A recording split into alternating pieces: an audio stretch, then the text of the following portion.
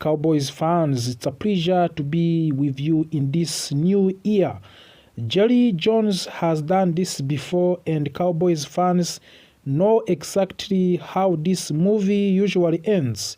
The moment reports started circulating that Jerry Jones might try to speak directly to the George Pickens instead of working full through his agent, alarms went off across the Dallas Cowboys fan base.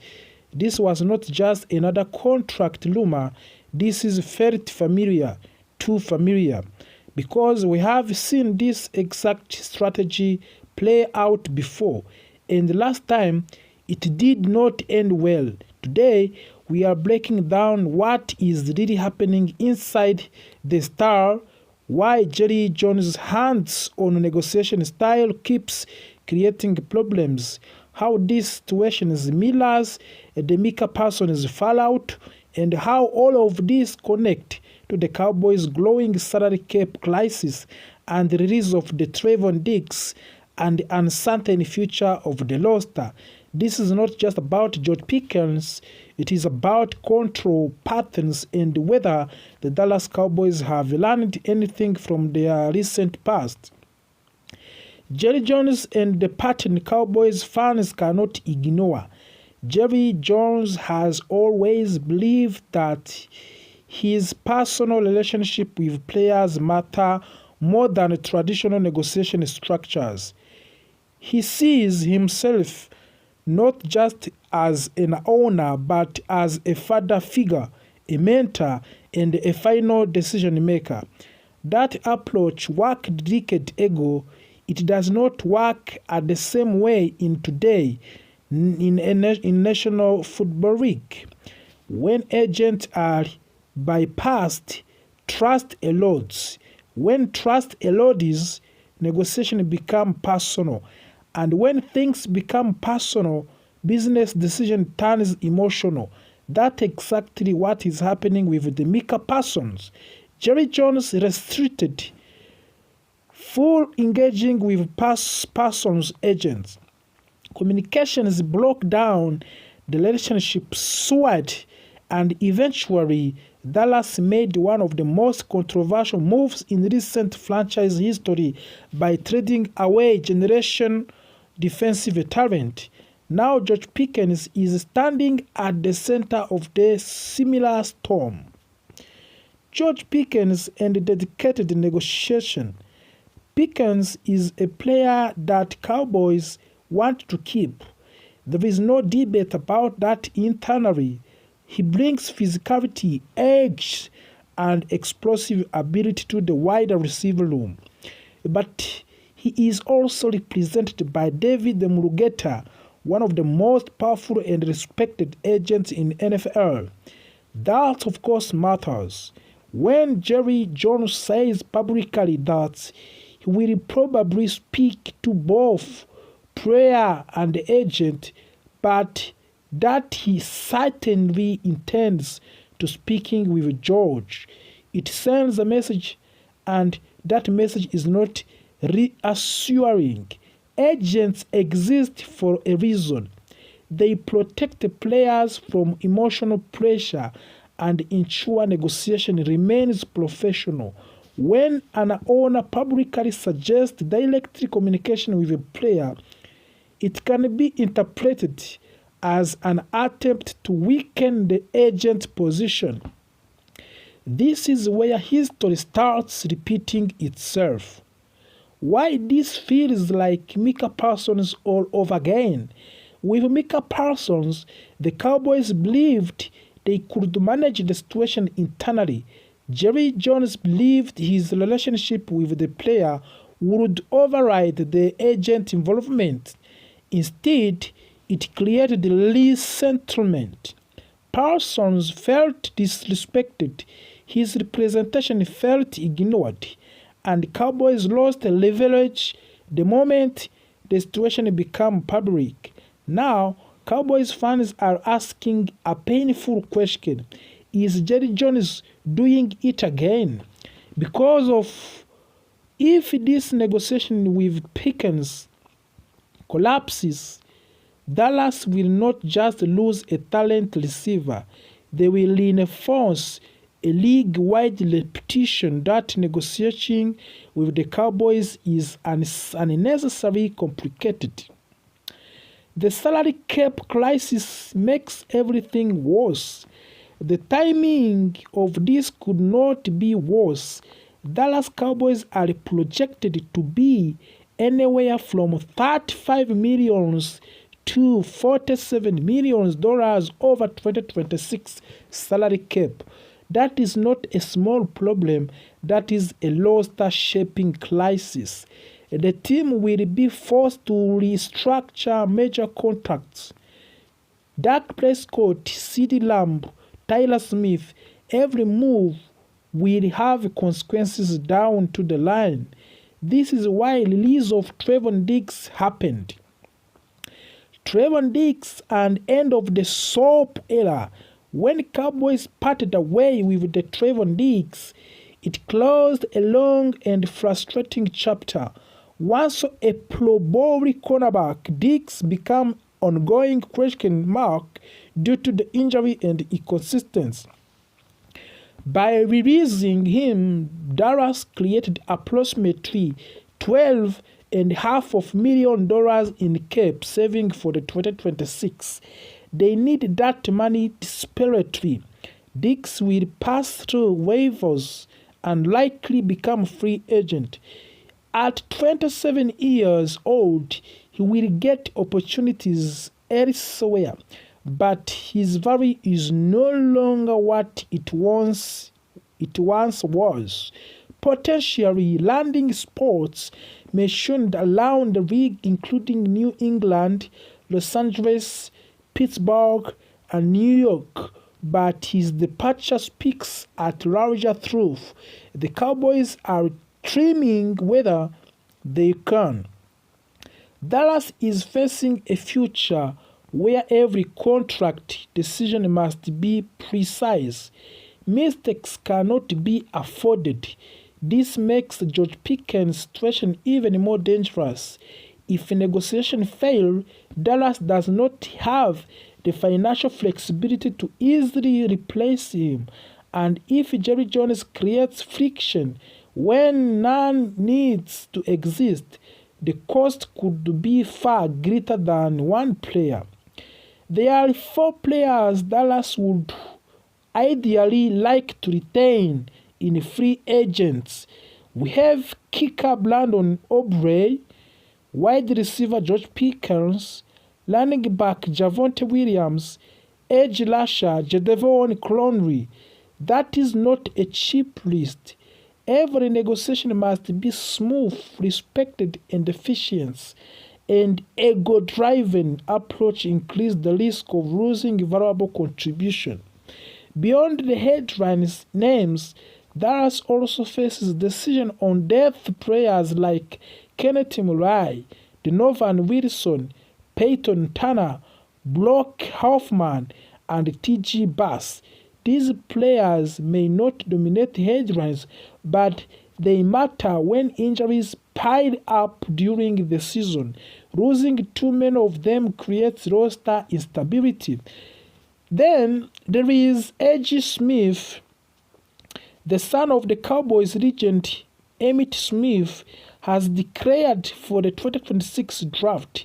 He is likely to be underdrafted and making him a lower cost option for the team with limited cap space.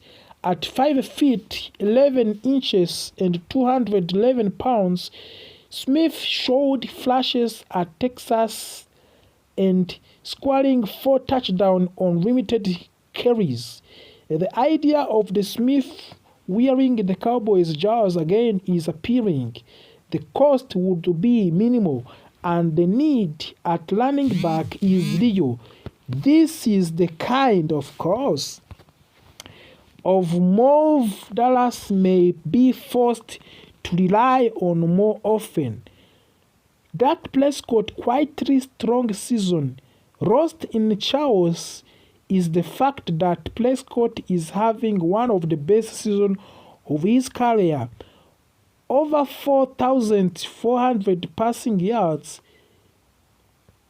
30 touchdowns, only 10 interception, and yet the team is hovering around mediocrity. That disconnect defines the modern Cowboys. Jerry Jones' promise and fan skepticism. Jerry Jones has promised that Cowboys will be better on defense next season. Cowboys fans have heard similar promises before. Words are not enough anymore. Fans want evidence that lessons have been learned, that mistakes will not be repeated, that negotiation will not be implored due to pride. Here we have a big question. This is not video about Pickens. It is not video about Trevor Diggs. This is not even about salary cap. This is about whether Jerry Jones can adopt. The National Football League has changed. Power dynamics have changed. Players and agents are more organized, more informed, and less willing to accept old school tactics. If Jerry Jones continues to believe that personal control is more important than professional structure, the Cowboys will continue to cycling through the same problems. And then Cowboys fans will continue watching the same movie, hoping for different ending. So, real question is simple. Is this pattern that will finally break, or are the Dallas Cowboys about to relive another self-inflicted disaster? Because Dallas released one of their most recognizable defense stars, Trevor Diggs. This decision shocked the fans across the league and forced the Cowboys to face a new reality. They now need a new number one cornerback, and NFL draft has become their main solution. Trevor Diggs was once seen as the future of the Cowboys secondary. His ball-hawking ability, confidence, and big play style made him one of the most talked about defense players in the league. However, injuries slowed him down over the last 3 seasons, adding growing tension with the team and reported breach of the team travel rules, and the relationship finally reached its breaking point. Dallas chose to move on, closing an important chapter in franchise history. Now, the focus shifted to what comes next. Replacing Trevor Diggs is not easy. He is brought turnovers, energy, and stars power to defense. But the Cowboys are not without options. The front office holds 2 first-round draft picks, giving them flexibility and power in the upcoming draft. Their mission is clear: finding a cornerback who can step in immediately and stabilize the boundary. One name at the top of the main draft boards is Jeremiah McCoy from the Tennessee. Even though he did not play during the 2025 season due to anterior cruciate ligaments injury, his talent is undeniable. Before the injury, McCoy looked like a top 15 pick.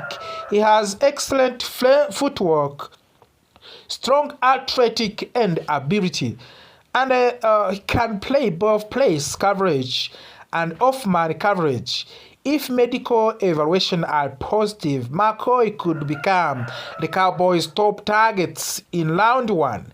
Another strong option is Mansour Delane from the Louisiana State University. Delane made a big jump after transferring into the Southeast Conference. He proved he can handle elite competition by performing well against top programs like Alabama and Clemson. At 6 feet tall and 190 pounds, he has the size and athletic profile teams look for the boundary cornerback. The line also has excellent ball skills, making him a neat natural candidate to replace Trevor Diggs' playmaking ability. Then there is Aviano Tellel from the Clemson. While he may not have an ideal size, his intelligence and techniques stand out. Tellel plays quickly, and has smooth movement in both man and zone coverage. He is also willing to play physically against the run, which coaches values highly. Many scouts believe he has a higher floor, meaning he is like to become a reliable professional player, even if he is not a superstar. Colton Hood from the Tennessee is another intriguing name. Hood stepped up when his team was injured and used that opportunity to raise his draft stock. He showed strong athleticism and confidence, even though his statistics were not eye-popping. Declaring early for the draft surprised some people, but it suggests his camp received encouraging feedback from the league. Hood could be a late first-round pick or Masters selection if Dallas decides to trade down.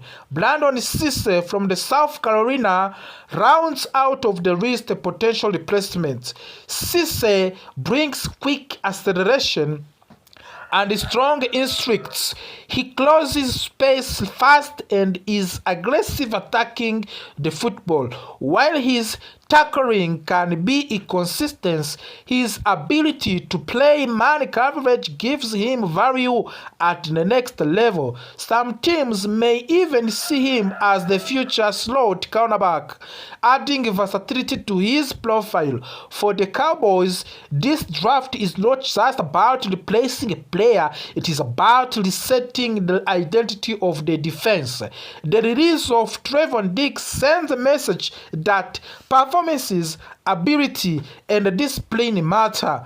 Dallas wants reliability as much as highlight plays, and their next cornerback must reflect that philosophy. As the offseason begins, all eyes will be on the Cowboys' draft strategy. Will they take risk on elite talent coming from off the injury? Will they choose a polished, ready-made starter, or they will trade down and breed depth? One thing is certain: the decision they make, the cornerback will shape the defense for the years to come. The Trevon Diggs era in Dallas is over. The next era is about to begin, and it will start on draft night when the Cowboys are back on the clock, such has made in years. So today we will break down everything. Who is Brian Flores? Why would the Cowboys want him? Why might the Vikings fight to keep him? What happens to the Matt Eberflus? And most importantly, can Jerry Jones actually pull this off? Let's begin. Brian Flores is not a new name in football. He has been coaching in NFL for many years. He started his career with New England Patriots. There, he learned under Bill Belichick. He helped to design defenses that won Super Bowls. Flores later became the head coach of the Miami Dolphins. In Miami, he took over a struggling team. He changed the culture. He made them tough. He made them competitive. Even when Dolphins did not have a right talent, they played hard. They played disciplined football. After leaving Miami, Flores became the defensive coordinator of the Minnesota Vikings. Since then, the Vikings' defense has improved greatly. They played fast, they play aggressive, they confuse quarterbacks, they force turnovers. This is why Flores is so respected across the league. Mike Florio reported something very important. He said the Cowboys are rocking. The words matters. It means Dallas is not taking publicly, but behind the scenes, they are watching and they are planning. Florio also suggests that Dallas is destined to fire Matt Eberflus. This comes after what many describe as disastrous reunion year. The Cowboys' defense struggled. There was confusion, there was breakdowns, and it did not help that Jerry Jones traded away the defensive best player just 10 days before week 1. That decision shocked many fans. Now, weak insiders believe Dallas will go after Brian Flores' hold. And if Jerry Jones truly wants a Super Bowl, he may need to open his warrant. The Cowboys defense has talent like Trayvon Diggs, young athletic players everywhere, but talent alone is not enough. You need scheme, you need discipline, you need identity. Brian Flores brings all of that. His defense are aggressive, they breathe creativity, and they disguise coverages. They force quarterbacks to make mistakes. This is something the Cowboys have lacked in big games, especially in the playoff contention. Flores could be missing piece.